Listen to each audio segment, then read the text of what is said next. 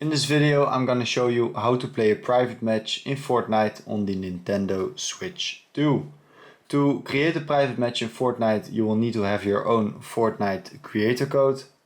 If you have a Fortnite creator code you can create a private match.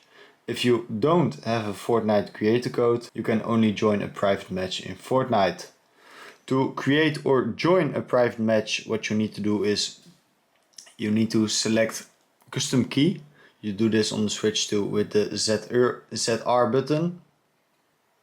I can only join a private match because I don't have any Fortnite creator code.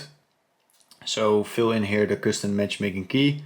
If you want to create a private match, if you have a Fortnite creator code, just make here your own custom matchmaking key.